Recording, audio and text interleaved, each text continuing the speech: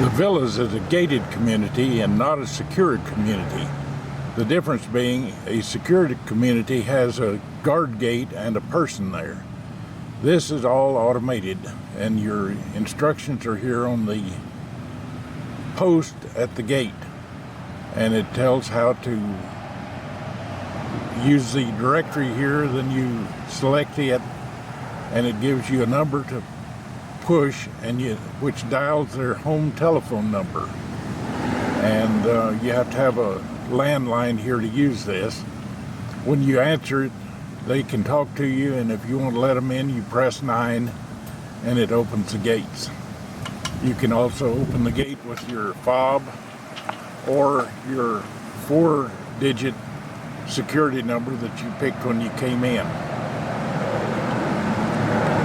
The flaw with that system is all a person has to do is come through the gate, get out of the way, and sit and wait till somebody with a code comes through, opens the gate, and then you surf through behind them.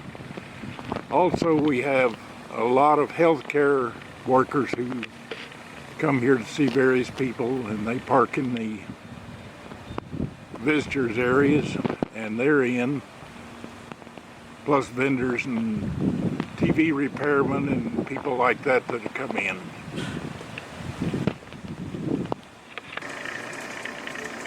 There's one other layer of security. Each individual building, the doors in it all lock at 7 o'clock at night and are locked until 7 the next morning. If you come in after that and need in, you can key in your personal code that you were given, your 4-digit code, and it will open the door. Or you could use your fob that you were given by holding it within about 2 inches of this silver box here and press it, and that unlocks the door. Or if you don't know the code to get in, you can use another way to activate this door is to press your personal number that you selected, 4-digit number, and that will open the door. The next point of security is your door to your apartment. It has a regular handle lock plus a deadbolt. And you notice the deadbolt has just a thumb latch on the inside and a key latch on the outside. The key latch on the outside is one of the most secure deadbolts made.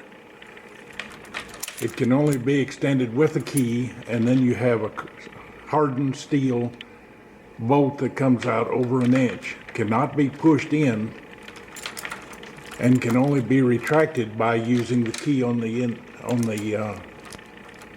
outside.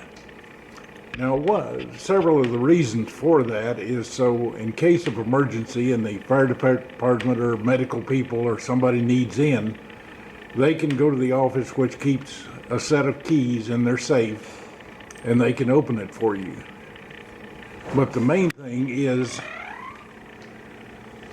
don't add another deadbolt or lock of any kind on the inside.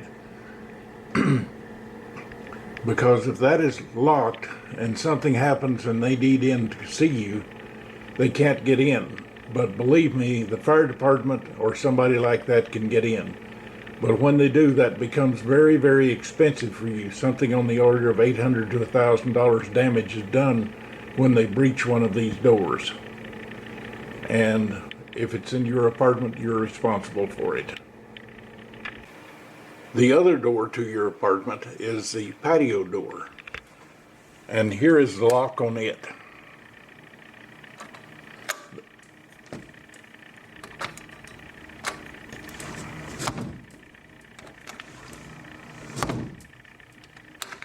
Has to be closed all the way before you can lock it. And when it's locked, it's all the way down. and there's no way to open it from the outside unless you have bought a special handle to go on the outside of the lock that has a key to operate it. Those that are not furnished by the Villas, you have to buy them yourself at Home Depot or someplace like that. But they do make them to match these locks here. We live on the ground floor, so we have a key to the outside one so we can get in from the outside. If you live on the second or third floor, it's not likely anybody's going to be coming to your patio door, so it'd be a good idea to leave it unlocked up there, and that way if the fire or medical people need in and they can't get in your front door into the hall, they can put a ladder up to your patio and get to you from that direction. There's also a folding security bar that lowers to lock the door closed where it cannot be opened. The doors in and out of the clubhouse have a power switch on the outside that you push, which opens the doors for you, and they have the lock release there that you use your file bone to open the doors.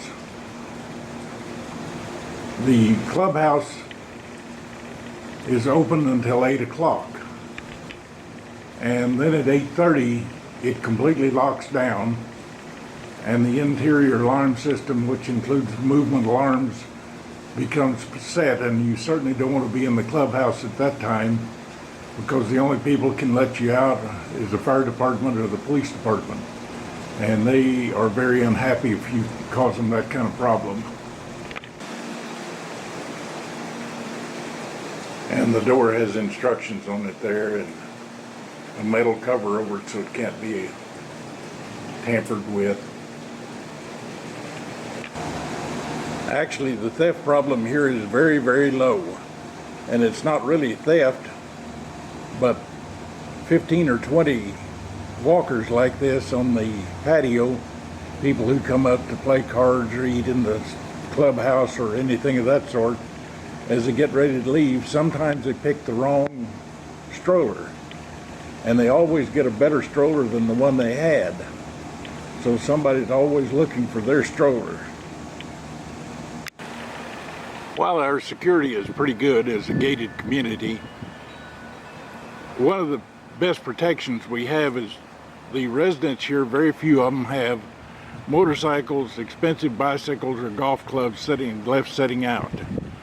But in spite of all of that, you should lock your cars when it's parked. The other thing is, it's enough deterrent to keep these people who like to cruise neighborhoods looking for targets of opportunity at 2 o'clock in the morning from coming in here.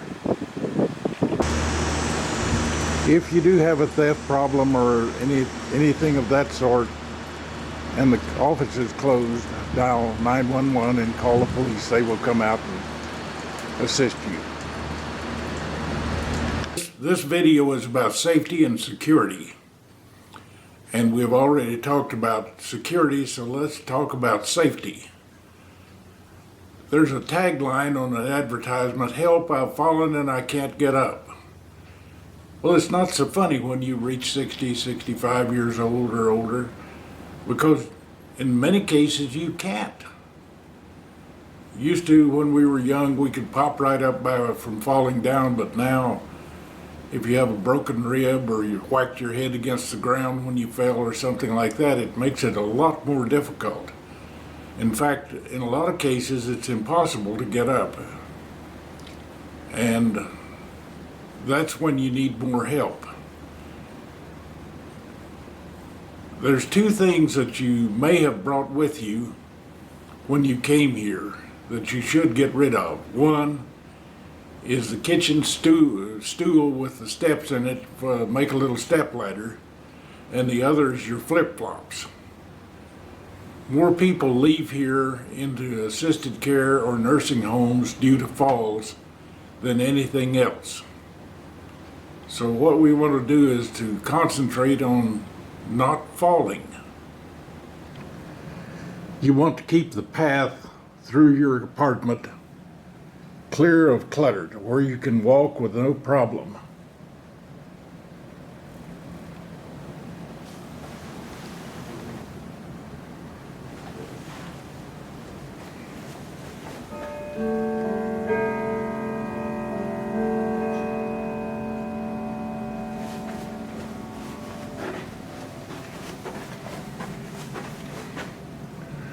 and through the kitchen and into your laundry room.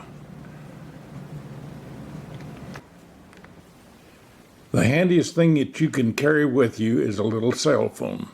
It doesn't have to be one of the big fancy iPhones or anything like that. Just a simple, do nothing but talk on it, cell phone. Most all of them are programmed where if you press 9 and hold it down for 3 seconds, it automatically dials 911. You can also buy these pendants that go around your neck that do the same thing, but the cell phone is the cheapest, and you just carry it on your person all the time. We're rather lucky here in the fact that we have a fire department only 1 block away, and 911 will have them here within a very short length of time.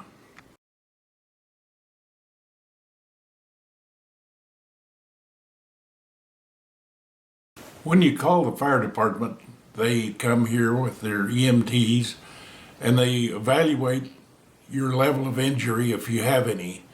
If you just slipped and slid out of a chair or something on the floor and you can't get up, they'll pick you up, put you back in your chair, back in the bed, or back on the toilet if it's in the bathroom, check you out and be sure that you have no injuries and tell you to be careful and leave.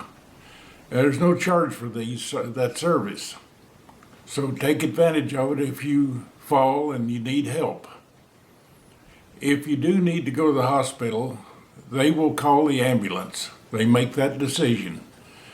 And if you have a directive, medical directives or anything like that, you need to give that to them at that time so they can make their decision based on that.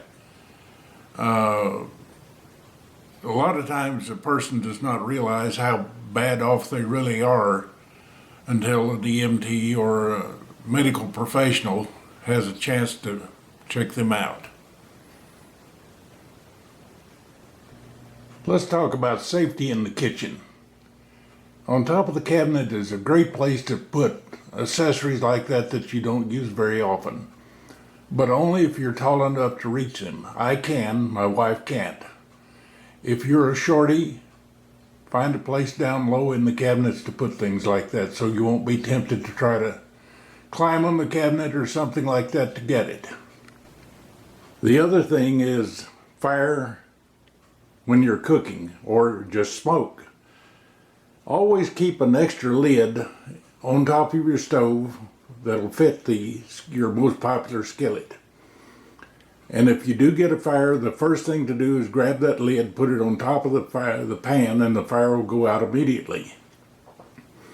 If it doesn't, all units have a fire extinguisher mounted right by the door or the doorway into the kitchen. You should read the instructions on it and be acquainted with it. And above all things, don't hide it under a cabinet or someplace like that.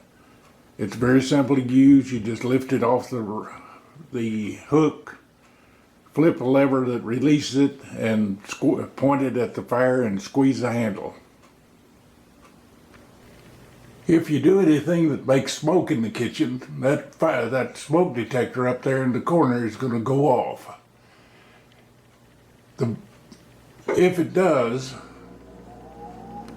do not open the door into the hall to get rid of the smoke.